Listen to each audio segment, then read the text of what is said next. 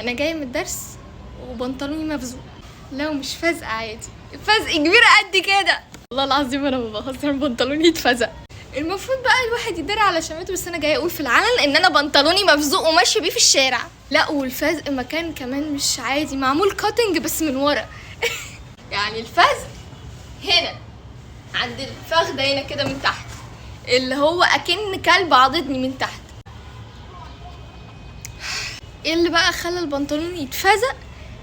هقول لكم. انا بسلامتي زي اي طالب قاعد في الديسك، مفيش اي حاجه عادي خالص.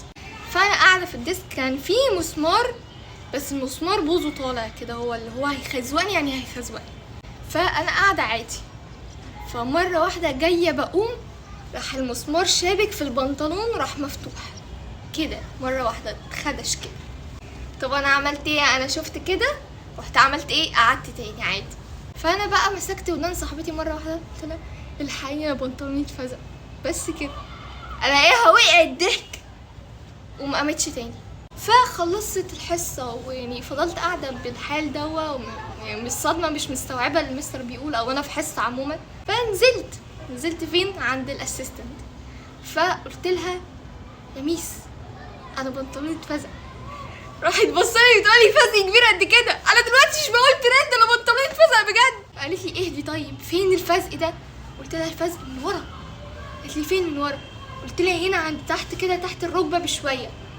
قالت لي يعني تحت الركبه بس من ورا؟ قلت لها اه. قالت لي عادي كاتنج. قلت لها كاتنج ايه اللي من ورا؟ راحت قالت لي طب تعالي هاتي راسك.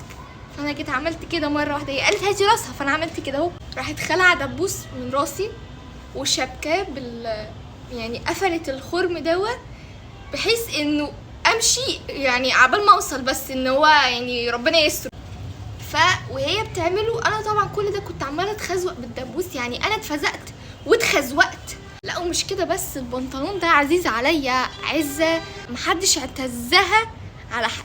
فانا مشيت متخزوقه وقلت ماشي، ومشيت مفزوقه وقلت ماشي. لكن ان انا سمعتي هناك في الدرس اتقالوا عليا ان انا بنطلوني مفزوق، لا انا اصلا عايزه البس الازدال واوريهولكم. الفزقه طبعا الفزقه مش كاتنج عادي، هو الكاتنج بصوا الفزقه واصله للركبه بس من ورا.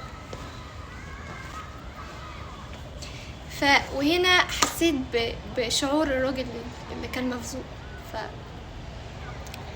نو تعليق.